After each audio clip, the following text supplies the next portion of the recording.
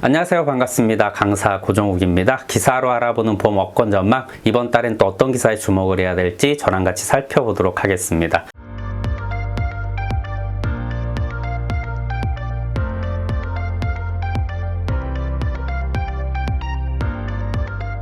네, 첫 번째 기사입니다. 실손보험 청구 간소화법.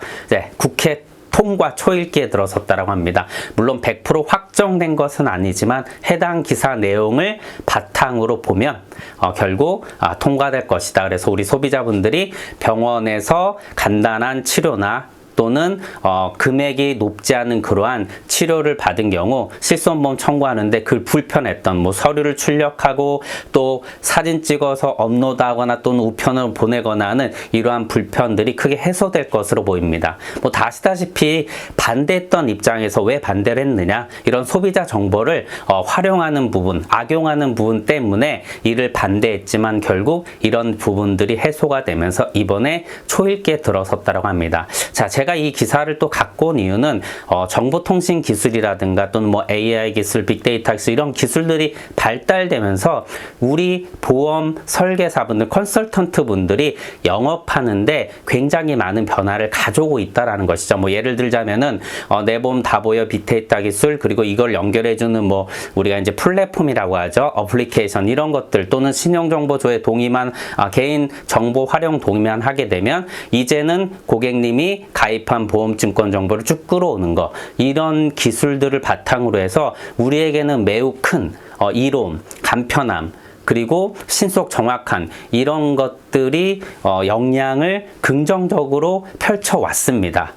물론 여기에는 아직 부정확한 부분들도 있고요. 부족한 부분들도 분명히 있습니다. 그런데 이번에 실손보험 청구 간소화가 되게 되면 아무래도 이 청구를 관련으로 해서 소비자 분들과 접점을 잡았던 거, 그리고 호의죠. 어떻게 보면 당연한 의무이기는 하지만 고객분들의 보험금을 청구해 주는 것은 굉장히 큰 호의로 작용해서 결국은 소비자분들의 어떤 고객 관리 측면에서 굉장히 높은 효과를 만들어냈었는데 이런 것들이 좀 줄어들 수도 있다.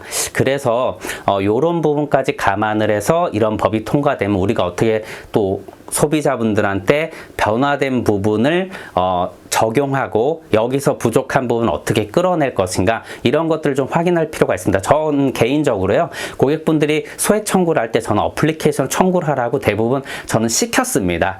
저는 좀 다른 방향을 갖고 있는데, 그리고 나중에 금액이 입금되게 되면, 보험금이 입금되게 되면 정확히 입금된지 이런 것들을 확인시켜주는 그런 정도까지만 제가 이제 소비자분들을 도와드렸는데, 이런 방식으로 우리가 변화되는 그러한 시장에 맞춰서 고객관리 시스템도 바꿔나가야 되지 않을까 해서 이런 기사를 갖고 와봤습니다.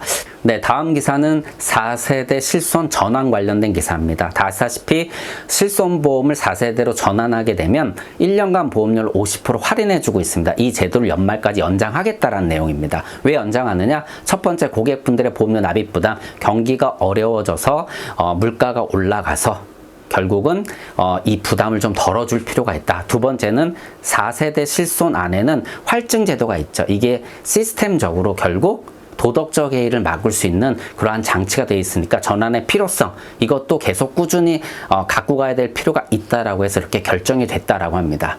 자, 4세대 실손보험 다 아시다시피 21년도 7월부터 판매가 됐습니다. 1, 2, 3세대 비교해서 어느 정도 보험료가 싸냐? 75%, 60%, 10% 정도까지 보험료가 쌉니다. 요거는 계속 통계자료 나올 때마다 조금씩 변하고 있습니다. 근데 아시다시피 4세대 실손 같은 경우는 앞서 말씀드린 것처럼 비급여 진료를 많이 했다. 요 보험금 청구 많이 했으면 보험료가 최고 4배까지 오르는 그러한 이제 어떻게 보면 가입자의 부담, 안전장치로 걸려져 있습니다.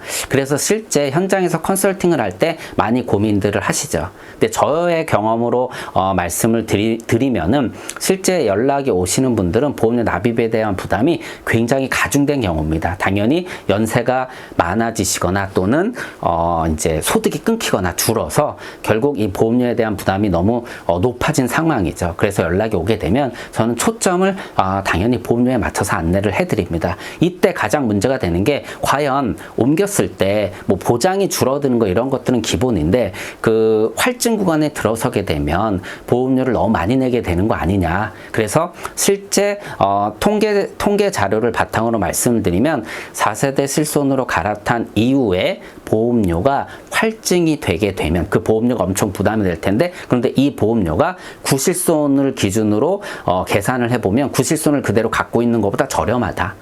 그래서 이런 이제 통계 자료를 바탕으로 안내를 해드리고 있습니다. 그렇게 되면 전환 쪽에 초점을 맞추는 경우가 좀 많이 계시다라는 거죠. 물론 회사마다 상품마다 손해율이 다르기 때문에 이를 함부로 적용할 수는 없는데 이런 부분들을 정확히 알고 컨설팅을 할 필요가 있다라고 저는 생각을 하고요. 그리고 우리가 4대 실손 활증 구간은 1년마다 재산정이 된다라는 것도 소비자분들한테 잘 알릴 필요가 있을 것 같습니다.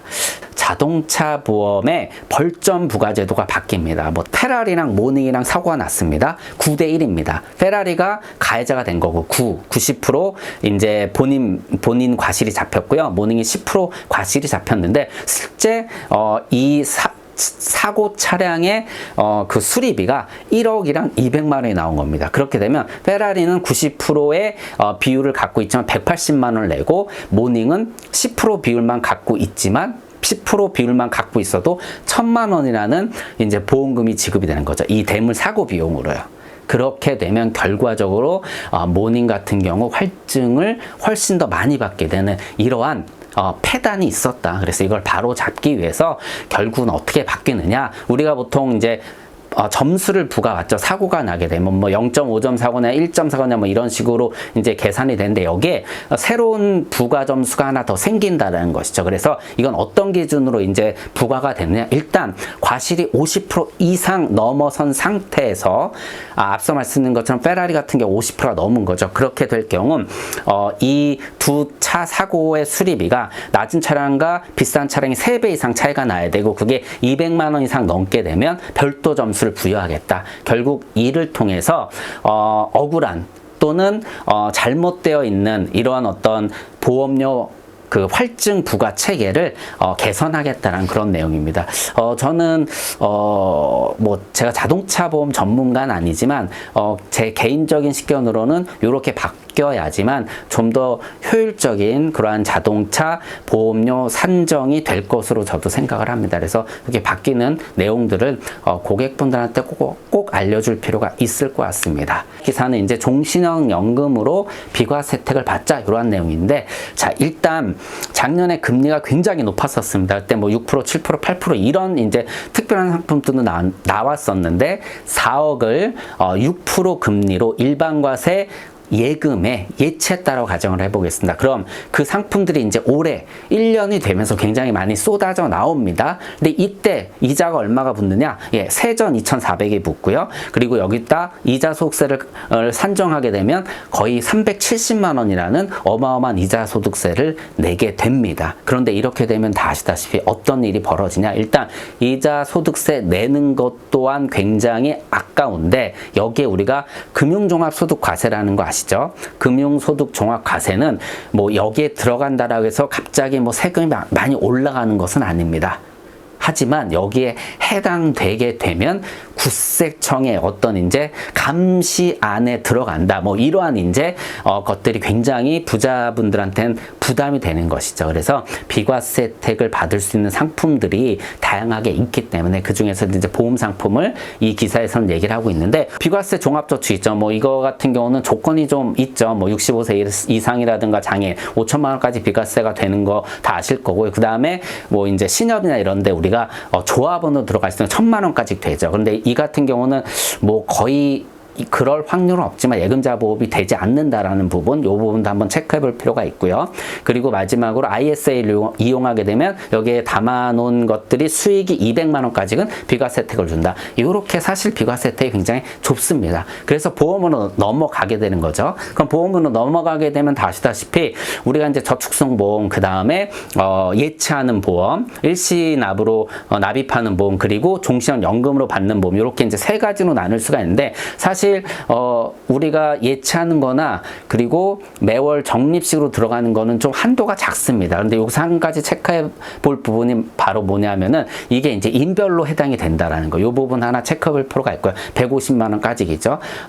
그리고 이 기사에서 얘기하는 건 이제 종신형 연금으로 수령했을 때는 우리가 뭐 이거 같은 경우는 뭐 10년 이상 유지했나 이런 조건이었고 55세 이후에 종신형 연금으로 받을 때 다 아시다시피 이게 비과세가 된다라는 거. 그래서 종신보험 상품의 이제 그 조기 사망에 대한 니즈와 그 다음에 조기 사망 니즈가 해소가 될 때 어떻게 보면 이제 은퇴 이후죠. 일반적으로 그때 이 자금을 적립금을 연금으로 전환할 때 비과세 혜택을 이런 식으로 이제 우리가 활용할 수 있다라는 것이죠. 그래서 이 부분을 갖고 비과세 혜택을 좀 크게 늘릴 수 있다. 아시다시피 세수가 부족해지니까 어쩔 수 없이 비과세 혜택은 계속 줄어들 수밖에 없는데 아직까지는 요 구간에 좀 남아있다. 그래서 종신형 연금으로 수령할 때 물론 여기 뭐 조건이 있습니다. 몇 가지 조건인데 이런 것들을 일반적으로 보험 상품에는 이제 그 조건을 지켜지게 그 연금 수령 방식이 채택되어 있죠. 이런 걸 잘 선택하게 되면 소비자분들한테 지속적으로 비과세 혜택을 볼 수 있는 그런 컨설팅을 제공할 수 있다. 그래서 이 기사를 갖고 와봤습니다. 마지막 기사는요. 노후 의료비 준비에 대한 경각심을 좀 일깨워주는 기사입니다. 해당 기사에서는요. 노후 의료비를 회색 코뿔소에 비유를 했습니다. 자, 회색 코뿔소. 만약에 정글에서 회색 코뿔소를 마주쳤다고 한번 해보겠습니다. 정말 눈에도 잘 띄고 그리고 거대한 등치 때문에 뭐 움직임, 그 진동마저 다 느낄 수 있는데 정말 도망칠 수 없는 꼭 귀신을 본 것처럼 옴싹달싹 못하는 그러한 상황에 빠질 수도 있다. 그래서 대처 방법을 알 수 없으니까 나 죽었구나 하면서 이제 그 상황을 포기해 버리는 거죠. 이것처럼 우리 많은 소비자분들이 이 노후 의료비를 이렇게 대처하고 있다. 자, 인간은요, 아시다시피 늙으면 질병에 노출되게 됩니다. 이는 면역력 때문이죠. 20대를 피크로 해서 면역력은 떨어지게 되고 면역력이 떨어지게 되면 질병에 발병될 확률이 높아지기 때문에 이를 준비해야 된다. 특히 우리가 건강하지 못한 시기는요, 은퇴 이후입니다. 그래서 소득이 없거나 줄어든 시기이기 때문에 그 충격은 훨씬 더 클 수 있다. 그래서 이거에 대한 준비를 3단계로 여기서 얘기를 하고 있습니다. 당연히 늙으면 일단 활동력이 떨어지는 시기가 오고 그 다음에는 좀 더 심해지면 입퇴원을 반복하는 시기가 오고 더 심해지면 간병을 받아야 되는 이런 시기, 이 3가지로 구분을 해서 준비를 좀 해야 된다라고 이 기사에선 얘기를 하고 있는데 사실 이 기사를 제가 갖고 온 거는 소비자분들한테 이렇게 3단계를 기반으로 해서 컨설팅하는 것이 좋을 것 같아서 해당 기사를 갖고 와봤습니다. 자, 이를 준비하기 위해서는 어떻게 해야 될까요? 당연히 돈을 모아놓으면 됩니다. 그런데 여의치 못하다라면 우리가 당연히 보험이라는 상품으로 이를 준비해 놓을 수 있다. 그래서 활동성 감소 시기, 입퇴원 반복 시기, 그리고 간병 시기에 맞춰서 당연히 우리가 갖고 있는 보장성 보험으로 컨설팅을 할 수가 있다라는 것이죠. 그래서 이걸 활용해서 컨셉 셀링을 하게 되면 좀 더 효과적인 보장 컨설팅이 되지 않을까? 이렇게 이제 기사를 갖고 와봤습니다. 자, 7월달 비도 많이 오고 또 폭염도 우리를 괴롭히는 그런 시기인데 잘 이겨내시고 건강한 한 달 또 되시기 바랍니다. 오늘은 이렇게 마치도록 하겠습니다. 고맙습니다.